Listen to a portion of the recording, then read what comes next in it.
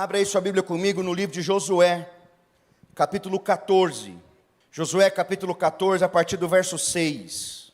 Josué 14, 6, a Escritura diz: Chegaram os filhos de Judá a Josué em Gilgal, e Calebe, filho de Jefoné, o quenezeu, lhe disse: Tu sabes o que o Senhor falou a Moisés, homem de Deus, em Cades Barneia, a respeito de mim e de ti. Tinha eu 40 anos, quando Moisés, servo do Senhor, me enviou de Cades Barneia para espiar a terra, e eu lhe relatei como sentia no coração. Mas meus irmãos que subiram comigo desesperaram o povo. Eu, porém, perseverei em seguir o Senhor meu Deus. Então Moisés, naquele dia, jurou, dizendo: Certamente a terra em que puseste o pé será tua e de teus filhos, em herança perpetuamente, pois perseveraste em seguir o Senhor, meu Deus. Eis agora o Senhor me conservou em vida, como prometeu. 45 anos há, desde que o Senhor falou essa palavra a Moisés, andando Israel ainda no deserto, e já agora sou de 85 anos. Estou forte ainda hoje, como no dia em que Moisés me enviou. Qual era a minha força naquele dia? Tal ainda agora para o combate, tanto para sair a ele, como para voltar. Agora, pois, dá-me este monte de que o Senhor falou naquele dia, pois aquele dia ouviste que lá estavam os anaquins e grandes e fortes cidades. O Senhor, porventura, será comigo, para os desapossar, como prometeu. Josué o abençoou e deu a Calebe, filho de Jefoné, Hebrom em herança. Portanto, Hebrom passou a ser de Calebe, filho de Jefoné, o quenezeu, em herança até o dia de hoje, visto que perseverara em seguir o Senhor, Deus de Israel. Dantes o nome de Hebrom era Kiriate Arba. Este Arba foi o maior homem entre os anaquins, e a terra repousou da guerra. Amém? Você pode curvar sua cabeça. Senhor Jesus, nós te adoramos e entronizamos o seu nome nesse lugar. Nós somos já, Deus, gratos pela sua misericórdia, pelo que o Senhor já ministrou nos nossos corações. E nós clamamos, Deus, que a obra que o Senhor começou, que o Senhor encerre ela hoje, Senhor, que o Senhor faça e ministre no nosso coração aquilo que o Senhor tem desejo de ministrar, e trabalhe, Deus, de forma particular em cada um de nós. E como igreja, Deus, que o Senhor traga a sua mensagem sobre nós, em nome de Jesus. Amém. Queridos, após a morte de Moisés, Josué se tornou líder sobre o povo de Deus. E, finalmente, Josué leva o povo, conduz o povo, para que eles lutassem e conquistassem a terra prometida. Se você ler no livro de Josué, a partir do capítulo 1, até o capítulo 12, de 1 a 12, no capítulo 1 começa justamente assim, Deus falando para Josué: olha, Moisés, meu servo, é morto, então seja valente, e Deus começa a encorajar Josué sobre conduzir o povo. E dos capítulos 1 até 12, nós vemos vários movimentos de guerra, de Josué conduzindo o povo de Deus, né, dentro da terra, para que eles dominassem e chegassem ali e tomassem a sua herança. A partir do capítulo 13 de Josué, nós lemos o início da partilha da terra. Então, eles já passaram anos lutando, dos capítulos 1 a 12, são anos, décadas se passam. Eles passam décadas lutando, entrando na terra, fazendo ali as suas batalhas. E no capítulo 13 começa então a divisão da terra entre os herdeiros. Então Josué começa a dividir a terra entre as 12 tribos de Israel. E na etapa que nós lemos aqui em Josué, capítulo 14, Josué está dando uma parte da terra chamada Hebrom para esse homem chamado Calebe. E Calebe relembra o porquê que esse momento é tão importante aqui em Josué. Por que a gente tem que olhar para esse texto? E ele é um momento importante. Calebe lembra, e nós vamos voltar agora em Números capítulo 13. Ele se lembra de quando Moisés ainda era o líder sobre o povo. E Moisés, debaixo de uma ordem de Deus, em Números 13, a gente lê isso, ele manda para a terra. Eles estavam no deserto, o povo peregrinava no deserto, e Deus fala, olha, você vai escolher 12 homens, um de cada tribo, e lá em Números 13 nós temos a lista dos 12 nomes, e cada um era de qual tribo, e nessa lista tem o nome lá de Josué e Calebe. E ele disse, você vai escolher esses homens e vai mandar eles para a terra como espias. Eles passaram 40 dias espiando a terra, olhando a terra, e depois eles vão voltar e vão te trazer informações a respeito do povo, da terra, a respeito de se de fato a terra é boa. E em Números 13, esses homens partem, e quando eles retornam, 40 dias depois, os 12 são unânimes em dizer que de fato a terra era boa. A terra manava leite e mel, e manar leite e mel significa, é uma expressão a respeito da produtividade da terra. De fato era uma terra produtiva, uma terra boa, ela era tudo aquilo que Deus havia dito. Os 12 são unânimes em dizer isso. Olha, nós passamos 40 dias lá, trouxemos um cacho de uva de lá, que mais de um homem precisa de carregar. De fato a terra é uma terra muito próspera. Os 12, não havia dúvida sobre eles, mas 10 deles, 10 dos 12, vão falar que por mais que a terra é próspera, por mais que ela é uma terra que de fato, da forma como o Senhor prometeu, era impossível para Israel entrar e dominar a terra, por causa do povo que vivia lá. Aquele povo é poderoso, eles são poderosos, eles são gigantes, inclusive esses anaquins que são citados aqui, são descendentes dos gigantes. Eles são homens fortes, são homens poderosos. Então 10 dos 12 espias falam, a terra é muito boa, mas a gente não consegue entrar. Só 2, e você conhece essa história, ela é muito famosa. Só 2, Josué e Calebe, é que vão dizer o contrário. É que vão dizer que não, a terra é muito boa de fato, e sim, nós podemos sim entrar na terra. Se você for em Números 13, no verso 30, é o momento em que Calebe está falando para o povo. Depois que os 10 espias dão esse relato, Calebe fala, Números 12, 30, então Calebe fez calar o povo perante Moisés e disse, eia, subamos e possuamos a terra, porque certamente prevaleceremos contra ela. O temor do povo cresce e eles começam a pensar em voltar para o Egito. Vamos voltar, vamos para trás. Calebe e Josué rasgam as roupas em desespero diante deles, e mais uma vez falam a respeito do poder de Deus, que Deus podia conduzi-los e podia levá-los a entrar na terra. E no capítulo 14 de Números, nós agora vamos ver Deus falando com Moisés, a respeito do povo de dura cerviz, a respeito do povo que não acreditava nele, e Deus dizendo que ia exterminar aquele povo.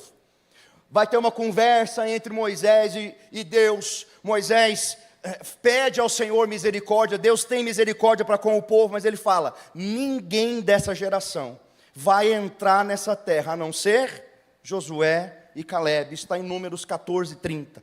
A não ser Josué e Calebe, os dois que acreditaram que era possível entrar na terra, que acreditaram que era possível dominar aquilo e tomar posse daquilo que eu disse. O texto que nós lemos em Josué 14 acontece 45 anos depois desse episódio. Em Josué 14, se a gente for ler de novo, no verso 10, Calebe agora está recebendo a sua herança. E ele vai dizer, eis agora, o Senhor me conservou em vida, como prometeu, 45 anos há, desde que o Senhor falou essa palavra a Moisés, andando Israel ainda no deserto, e já agora sou de 85 anos. Então foi necessário que Calebe esperasse 45 anos, para que houvesse o cumprimento daquela palavra, você vai entrar na terra. O Senhor disse que tanto você, quanto Josué, vão entrar na terra. No verso 14 de Josué 14, 14, nós temos que Hebrom foi dado a Calebe por sua perseverança. De novo, Josué 14 diz, portanto, Hebrom passou a ser de Calebe, filho de Jefoné o quenezeu, em herança até o dia de hoje, visto que perseverara em seguir o Senhor, Deus de Israel. Essa palavra, perseverara em seguir ao Senhor, da forma como ela está escrita aqui, ela está escrita no passado. No original, essa palavra significa estar cheio, pleno, inteiramente satisfeito. Se você reparar como que Caleb vem dizendo, ele vai falando, olha, porque eu perseverei em seguir ao Senhor. E aqui no verso 14 está dizendo que a terra foi dada a Caleb, visto que ele perseverara.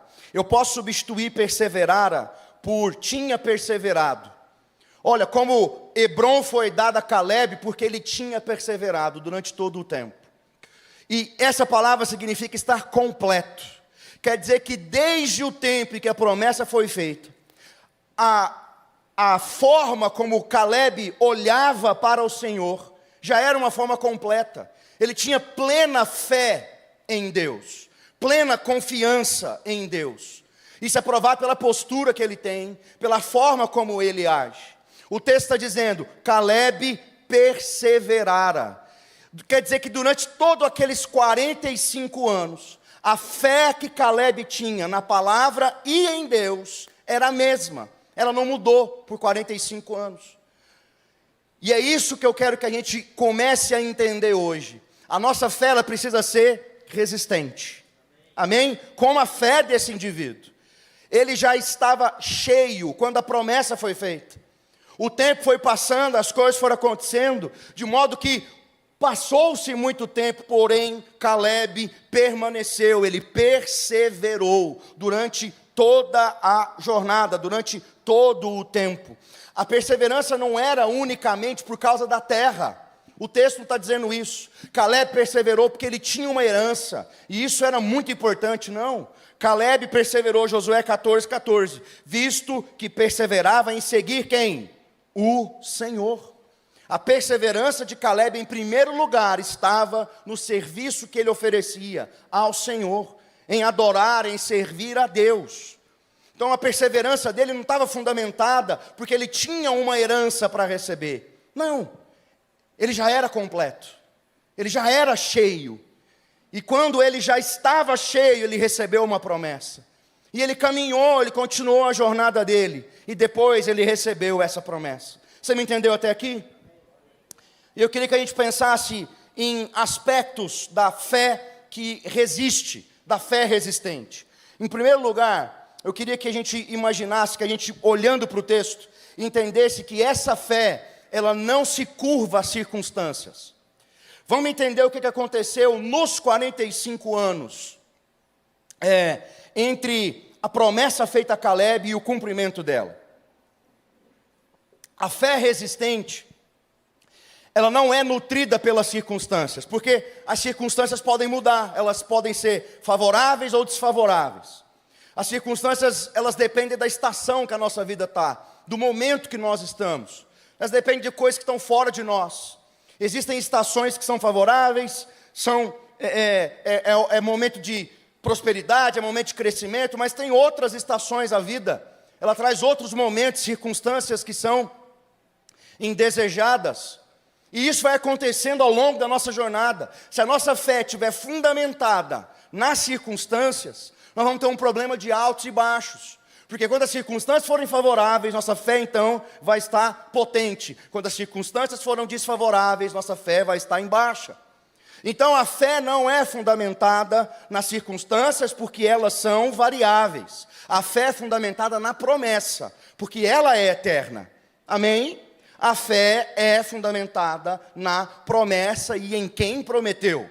Então, independente das circunstâncias, eu mantenho a fé. E é isso que acontece com esse homem. Se você for parar para pensar, nesses 45 anos, primeira coisa, eles tinham uma vida no deserto, eles ainda estavam no deserto. Caleb e todo aquele povo, quando ele recebe essa promessa, a realidade deles ainda é uma realidade de deserto. E deserto significa limitação, escassez, tempo de prova. Então eles ainda estavam lá no deserto, quando ele recebe essa promessa. Outra coisa, quem disse para ele que aquela terra que ele pisou lá seria dele por herança? Moisés. Mas nós começamos dizendo que Moisés o quê? Morreu. Se Moisés morreu, isso podia ser uma preocupação para Caleb. Ele precisou enfrentar não só o deserto e a escassez, mas ele precisou enfrentar uma perda significativa, um referencial importante. Moisés morreu. Era um importante referencial. Outra coisa, se Moisés morreu, alguém vai subir para o lugar dele, Josué. Agora ele enfrenta uma nova liderança. Nova liderança traz novas perspectivas, novos desafios, uma nova forma de agir. Então, quando Josué sobe para liderar, era um novo tempo sobre o povo. E Caleb está vivendo tudo isso. Aí Josué entra e começam o quê? Guerras. Guerra atrás de guerra. Eles não pararam por todo esse período. Você vai ler os capítulos de 1 a 12 de Josué. É guerra atrás de guerra. Invasão atrás de invasão. E eles não param. E Caleb está vivendo todas essas coisas. Ou seja, ele vive escassez, ele vive perda de um referencial importante, o surgimento de um novo tempo, os desafios, os perigos da guerra. Tudo isso ele vive nesses 45 anos. Mas a fé de Caleb não está fundamentada nas circunstâncias. Você vai lembrar que eles entram na terra, vencem a batalha de Jericó. Tipo, vencer Jericó, irmãos, era como se eles dissessem assim: ninguém vai nos parar. Era a maior das cidades, uma cidade muito grande, fortificada, com muros muito fortes. Eles venceram Jericó, ninguém pode parar. Aí eles foram para a cidade de Ai depois, uma cidade pequenininha, e perderam a guerra. Então percebe, as circunstâncias são favoráveis, ora e ora não mais favoráveis. Mas ele manteve a sua esperança. Por quê? Porque ele já era um homem cheio. Ele já era um homem completo. E ele tinha certeza que aquilo que Deus disse, Deus faria. Amém? Na Bíblia a gente tem outros exemplos de personagens que têm essa fé resistente, esse padrão de fé resistente. Acontece com outros personagens. Eu queria citar 3, além de Caleb. Eu queria falar de mais 3, 2 de forma bem mais rápida. Por exemplo, Noé. Noé precisou de uma fé resistente para construir aquela arca. Ele recebe uma mensagem de Deus, não chovia, não tinha chuva naquela época. Noé recebe uma mensagem de Deus, Noé tem esse encontro com o Senhor e ele começa a construir uma arca. São mais ou menos, não se tem certeza, mas até 120 anos de construção da arca. Dia após dia, cortando madeira, batendo madeira, carregando madeira, puxando madeira, para construir um negócio que todo mundo está falando que ele era louco por construir aquilo. Até o dia que ele entrou na arca e choveu. Mas ele precisou, por todo aquele período, manter a fé, ser resistente. Porque Deus fala com ele no início, dá como que tinha que fazer a arca. E depois Deus não fica visitando ele cotidianamente para ver a obra. Não, ele tinha que manter a sua resistência de fé. Outro personagem que a gente pode olhar, Abraão, com 75 anos, você também conhece isso, é muito famoso. Recebe a mensagem da parte de Deus: eu vou te dar um filho, o filho da promessa, de você eu vou fazer uma nação. Mas ele é velho, a esposa é velha, a esposa é estéril. Ele espera 25 anos ainda para poder ter o filho da promessa, uma fé perseverante. Paulo, escrevendo aos Romanos, vai dizer que Abraão creu contra toda a esperança e em esperança. O que Paulo está dizendo? Mesmo quando tudo ao redor de Abraão dizia que era impossível aquilo acontecer, ele creu no que Deus disse. E ele teve uma fé resistente. Mas eu queria, com mais detalhe, te falar do apóstolo Paulo, e para isso, eu queria que você fosse comigo para Filipenses, capítulo 3, a partir do verso 12. Filipenses 3, 12. O apóstolo Paulo escreve aos Filipenses: não que eu tenha já recebido, ou tenha já obtido a perfeição, mas prossigo para conquistar aquilo para o que também fui conquistado por Cristo Jesus. Irmãos, quanto a mim, não julgo havê-lo alcançado, mas uma coisa faço, esquecendo-me das coisas que para trás ficam, e avançando para que estão diante de mim. Prossigo para o alvo, para o prêmio da soberana vocação de Deus em Cristo Jesus. Paulo está falando sobre perseguir o alvo, sobre ainda não ser perfeito, mas sobre conquistar aquilo para o qual ele foi alcançado. ele se esquece do que fica para trás, ele avança para o alvo, para o prêmio da soberana vocação de Deus. Aí é legal a gente pensar, Paulo escrevendo isso, ele não estava, irmãos, diante de uma mesa cheia de comida, escutando os pássaros, sabe, com uma roupa de linho, tomadinho banho, cheiroso, e escrevendo, irmãos, no que eu tenha já recebido, ou seja perfeito, mas eu prossigo para conquistar. Irmãos, eu estava dentro de uma cadeia, preso. E a carta aos Filipenses é conhecida como a carta da alegria, e Paulo está preso. E ele está dizendo, eu me esqueço do que fica para trás, eu avanço, eu vou para o prêmio da soberana vocação. Que é isso, irmão? Ele está preso. Mas olha a fé resistente desse homem. Se me matarem aqui agora, eu vou para o prêmio, eu vou chegar lá. Nada pode me impedir de vivenciar. É uma fé que resiste qualquer circunstância. Ainda escrevendo agora para Timóteo, agora consciente, já em outro momento e consciente da sua morte, 2 Timóteo, capítulo 4, verso 6, texto também bem famoso. Paulo fala, quanto a mim, estou sendo já oferecido por libação, e o tempo da minha partida é chegado. Libação é um tipo de oferta. Ele vai dizer no 7, combati o bom combate, completei a carreira, guardei a fé. Já agora a coroa da justiça me está guardada, a qual o Senhor, reto juiz, me dará naquele dia. E não somente a mim, mas também a todos os quantos amam a sua vinda. Olha o que ele está dizendo, eu estou morrendo já, Timóteo. Está perto, a minha morte está chegando. E aí ele vai dizer, eu combati o bom combate, eu completei a carreira. E sabe o que quer dizer eu guardei a minha fé? Quer dizer que naquele momento, no fim da vida, Paulo olha para toda a jornada complicada que ele teve, toda a vida complicada que ele teve, e ele está dizendo, a minha fé está intacta, eu aguardo, eu estou indo para o Senhor com a fé intacta, resistente. E como ele morreu, queridos? Você se lembra como ele morreu? Decapitado. Mas isso não é derrota, não para homens como Paulo, isso é vitória.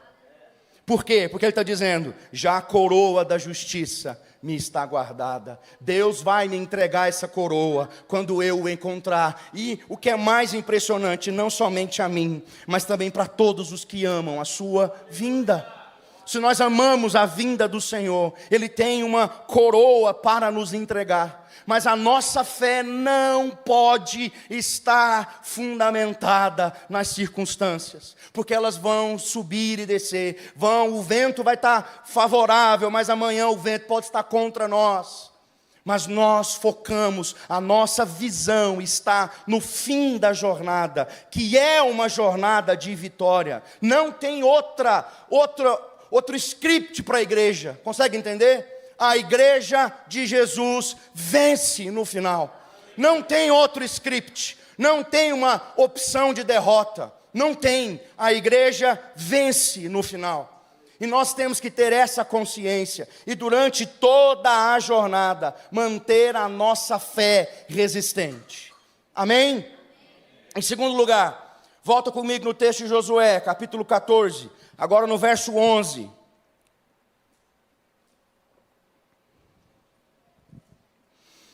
Josué 14, 11, vai dizer, estou forte ainda hoje, como no dia em que Moisés me enviou. Qual era a minha força naquele dia?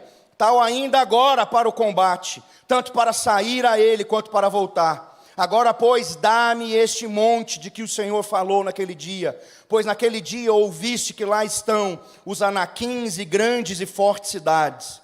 O Senhor, porventura, será comigo, para a desapossar, como prometeu. Caleb estava recebendo aquela terra por herança, irmãos. Era dele a terra.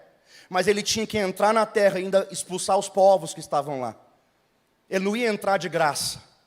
Ele recebeu a herança. Mas ele mesmo está dizendo no verso 12, ouviste que lá estavam os anaquins e grandes fortes cidades. O Senhor porventura, agora ele começa a falar no futuro, será comigo. Ele vai ser comigo. Eu vou entrar lá e eu vou tirar. esse povo de lá. Em Josué capítulo 15, no verso 14, nós temos o nome dos 3 anaquins que Caleb tira de lá e manda embora. Mas o mais impressionante é que ele está dizendo o seguinte para Josué: Josué, a mesma força, o mesmo ímpeto, a mesma energia que eu tinha lá naquele dia, quando Moisés falou isso para mim, hoje, 45 anos depois, está igual. Eu tenho a mesma força para ir para a batalha, para voltar dela, é o mesmo ímpeto, a mesma energia, o mesmo vigor, vamos embora! E ele vai, um homem de 85 anos, que por 45 esperou uma promessa se cumprir. E aí isso precisa nos levar a uma pergunta muito séria ao nosso respeito: o que tem tirado o nosso vigor? O que tem roubado o nosso vigor? Será que você, será que eu, será que nós podemos nos lembrar dos primeiros dias quando nos convertemos? Dos primeiros momentos? Para alguns quando era adolescente, jovem, criança, para outros há pouco tempo atrás, quando nós éramos empolgados, quando havia vigor, energia, quando não tinha tempo ruim. E será que hoje você consegue dizer assim, é a mesma força, o mesmo ímpeto, a mesma coragem? Irmãos, infelizmente, não. Mas o Senhor pode restaurar isso em nós hoje. Porque é isso que nós precisamos. De um povo que tenha essa mesma condição de Caleb. A minha energia, o meu vigor hoje é igual quando eu olho para trás, quando eu era adolescente, quando eu comecei a minha jornada, quando eu comecei no ministério, quando eu comecei na igreja, é aquela energia, aquele ímpeto é o mesmo. Não tem como eu falar disso e não me lembrar de quando eu era garoto. Eu nasci num lar cristão, e teve uma época que eu era rato da igreja. Rato, tudo que tinha na igreja estava eu. Ao ponto dos meus pais falar que eu tinha que parar de um pouco de ir para a igreja. Porque eu estava indo demais para a igreja. E a um ponto de desesperar meu pai, porque eu comecei a falar para ele que eu queria viver da igreja. E ele ficou desesperado, coitado, uma época. Mas sexta-feira à noite tinha culto de oração. Toda sexta-feira. Toda sexta. Culto de oração. Nós estávamos lá. Sábado de manhã saía o Joab de bicicletinha, ia para a igreja porque tinha ensaio. Sei lá quantos quilômetros, uns 15 talvez. E voltava de bicicletinha do ensaio. Sábado à tarde tinha célula de adolescentes. Pegava a bicicletinha, ia para a célula de adolescentes. Depois da célula tinha culto sábado à noite. Domingo de manhã, escola bíblica dominical às 9, estava a gente lá. Depois da escola bíblica, ensaio do louvor até meio-dia. Ia para casa, almoçava, depois voltava para o culto à noite. Não tinha tempo ruim. Não tinha tempo ruim. E às vezes, hoje quando eu desanimo, hoje quando acontece alguma coisa, o Senhor sempre me pergunta, cadê o garoto? Não a maturidade, não, cadê aquele ímpeto, sabe? Vambora, tem culto. Vambora, tem vigília. Bora! Cadê o ímpeto, a força, o amor? Porque eu amava aquilo. A igreja tinha 72 bancos de madeira, enorme. Vamos arrastar esses bancos para lavar, vamos! E arrastava, feliz. Vamos embora. Você fala, mas a vida mudou hoje eu sou adulto, casado, tenho filho. Mas irmão, o ímpeto tinha que ser o mesmo, dentro da realidade de hoje. É isso que Josué, que Caleb está dizendo para Josué, os tempos mudaram, é óbvio. É outro tempo, é outro líder, é outro momento. Mas Josué, o ímpeto dentro de mim é o mesmo, Josué. Não abaixou, não diminuiu, é o mesmo. Amor pela promessa. O que nos roubou o vigor? Que não pode ter um jogo de futebol na hora do culto, que a igreja esvazia. O que nos roubou o amor por estarmos em comunidade, por entendermos nós vamos nos reunir porque Ele nos mandou fazer, porque juntos somos o corpo de Cristo e Cristo é a cabeça da igreja. E quando estamos juntos, ministramos ao Senhor e uns aos outros, e seu Espírito se move entre nós. Nós somos fortalecidos, encorajados, corrigidos, exortados, e saímos por aquelas portas como missionários em um mundo perdido. Quando é que perdemos o vigor?